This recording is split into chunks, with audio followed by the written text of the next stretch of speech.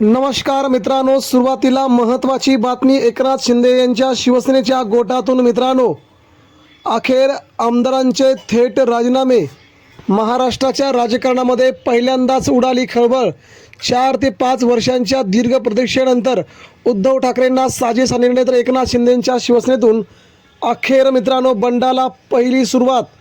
नेमकी बातमी काय आहे ती आपण जाणून घेऊया. राज्याच्या नव्हे तर देशाच्या राजकारणाला ही बातमी नक्कीच कलाटणी देणारी ठरणार आहे. या बातमीने मित्रांनो महाराष्ट्राचं लक्ष अगदी केंद्रित केलंय. कोण आहेत आमदारांची महत्त्वाची यादी अखेर समोर आली आहे. पत्रकार परिषद घेऊन आमदारांनी केलंय स्पष्ट आजच मित्रांनो संध्याकाळी हा निर्णय, आणि देशाच्या राजकारणाला सगळ्यात मोठी लागणारी नवसंजीवनी आणि राजकीय खळबळ उडून देणारी ही महत्त्वाची अपडेट. तर जाणून घेऊया नेमकी बातमी काय आहे ती.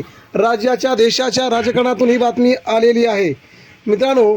सध्याच्या घडीला ही बातमी सध्या देशभरामध्ये प्रचंड विस्तारात स्वरूपात आहे, आणि या बातमीने मात्र सगळ्यांचेच धाबे दणाणून सोडले आहेत. कधी उद्धव ठाकरेंचे आमदार फोडणारे, कधी उद्धव ठाकरेंच्या खासदारांना पळून घेऊन जाणारे, आता स्वतःच्याच पक्षामध्ये उभी फूट पडून बघणारे शिंदेगडाचे कार्यकर्ते आता मात्र अस्वस्थ आहेत. कारण तसंही घडतंय मित्रांनो. जेव्हा एकनाथ शिंदे यांच्या शिवसेनेमध्ये काही 40 आमदारांनी उद्धव ठाकरे यांची साथ सोडली, तेव्हा त्यांनी मात्र त्या आमदारांना तुला मंत्री करतो, तुला वैधानिक मोठं पद देतो, किंवा कॅबिनेट मंत्रीपद, राज्यमंत्रीपद किंवा मोठं पद देऊन त्याला इथून घेऊन गेले. मात्र प्रत्यक्षामध्ये काहीच आमदारांना तशा प्रकारची पदं मिळाली, इतरत्र आमदारांना तशा प्रकारची पदं मिळाली नाहीत, आणि त्यांना हा सगळ्यात मोठा धक्का होता. आगामी काळामध्ये पडद्याच्या पाठीमागे भारतीय जनता पार्टीने लगेचच गेल्या 2 वर्षापासून नवीन फिल्डिंग लावली होती. त्यामध्ये एकनाथ शिंदेंच्या जवळचे काही आमदार भाजप आपल्या गळाला लावते का अशी कुजबूज सध्या शिंदेंच्याच कानावरती आली होती. कारण की एकनाथ शिंदेंच्या जवळचे अगदी काही मोहरे हे भाजपमध्ये जाऊन तिथे स्वतःला उपमुख्यमंत्रीपद घेण्याच्या तयारीमध्ये होते. हे सगळं असतानाच राज्यामध्ये भारतीय जनता पार्टी एकनाथ शिंदेंच्या शिवसेनेला मोठं होऊ देणार नाही, हा देखील मोठा प्रश्न त्यांच्या शिवसेना शिंदेगडात होता. काही शिंदेगडाचे आमदार देखील भाजपवरती थेट आरोप करणं टाळत होते, कारण की त्यांना माहीत होतं की जर एकनाथ शिंदेंच्या शिवसेनेकडून आपल्याला जर राजकारण जमलं नाही तर आपल्याला शेवटचा पर्याय आहे भारतीय जनता पार्टी. म्हणूनच त्यांनी देशाच्या राजकारणामध्ये भारतीय जनता पार्टीला कधी अवहेलना केली नाही किंवा भाजपवर टीका केली नाही.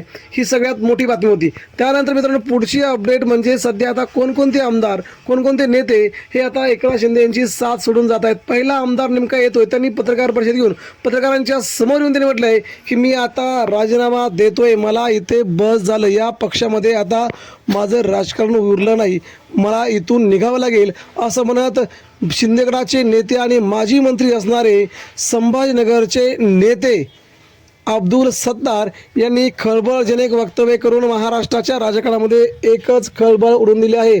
उद्धव ठाकरेंनी अब्दुल सत्तारांना मंत्रिपद दिलं होतं, त्यांना पक्षात प्रवेश देऊन त्यांना निवडून आणलं होतं. मात्र अब्दुल सत्तारांनी एकनाथ शिंदे यांच्या शिवसेनेत जाऊन आपले खिसे भरण्याचं काम केलं, स्वतः मंत्रिपद केलं आणि स्वतः मंत्री दिले. मात्र त्यांना अजून कोणत्याही प्रकारची आशा, कोणत्याही प्रकारचं मंत्रिपद दिलं नाही. आणि दुसरी महत्त्वाची बाब म्हणजे भारतीय जनता पार्टी दुसरीकडून दाबत असताना स्वतःच्या पक्षातील नेते देखील आपल्याला वर येऊ देत नाहीत. या एकाच कारणासाठी आपण या पदाचा राजीनामा देत आहोत असं त्यांनी थेट म्हटलंय. पुढील काही कालावधीमध्ये माझा थेट राजीनामा असेल असंही त्यांनी स्वतःचं स्पष्ट मत आपल्या प्रसारमाध्यमांसमोर व्यक्त केलं आहे. त्यामुळे एकनाथ शिंदेंच्या शिवसेनेमध्ये पहिला स्टँडिंग आमदार हा राजीनामा देण्याच्या तयारीत, आणि त्यांनी स्पष्ट म्हटलंय की हा राजीनामा थेट माझा असेल. त्यामुळे महाराष्ट्रात आता शिंदेंच्या शिवसेनेमध्ये अंतर्गत वाद चव्हाट्यावरती येत असतात, आणि हे वाद चव्हाट्यावरती येण्याच्या अगोदरच एकनाथ शिंदे त्यांना थंड करणार का हा आगामी काळ ठरवेल. दुसरा मित्रांनो महत्त्वाचा आमदार म्हणजे मित्रांनो सध्या संजय शिरसाट. त्यानंतर अजून एक महत्त्वाचे आमदार आहेत, ते प्रचंड नाराज आहेत. त्यांच्यावरती वेगवेगळ्या प्रकारच्या निधी न मिळण्याच्या तक्रारी आहेत. काही आमदारांना जवळजवळ शिंदेगडातील 15 ते 18 आमदारांना रुपयाचा देखील निधी आता मिळण्याचा झाला आहे. त्यामुळे ते निधी मिळवण्यासाठी अजित पवारांच्या सोबत सौभाग्यवती असणाऱ्या सुनेत्रा पवार यांच्याकडे खेटे मारतायत. देवेंद्र फडणवीस यांच्याकडून निधी मिळत नाही. मग आता नेमका सत्तेत राहून करायचं काय असा मोठा प्रश्न ते आता एकनाथ शिंदेंनाच विचारू लागलेत. त्यामुळे मित्रांनो राज्याच्या राजकारणामध्ये आमदारांची अशी भली मोठी यादी उद्धव ठाकरेंच्या, संजय राऊतांच्या संपर्कात असल्याची देखील महत्त्वाची बातमी येते. मात्र या सगळ्यांच्या अगोदर भारतीय जनता पार्टी एकनाथ शिंदेंची शिवसेना स्वतःच्या भाजपात घेऊन शिंदे सेनेला राज्यातून बाहेर काढण्याच्या स्थितीत आहे. कारण की काही मंत्र्यांना काही आमदारांना भाजपात घेऊन त्यांना उपमुख्यमंत्रीपदी देण्याचा देखील शक्यता शब्द भारतीय जनता पार्टी त्या आमदारांना देऊ शकते अशी कुजबूज सध्या लागली।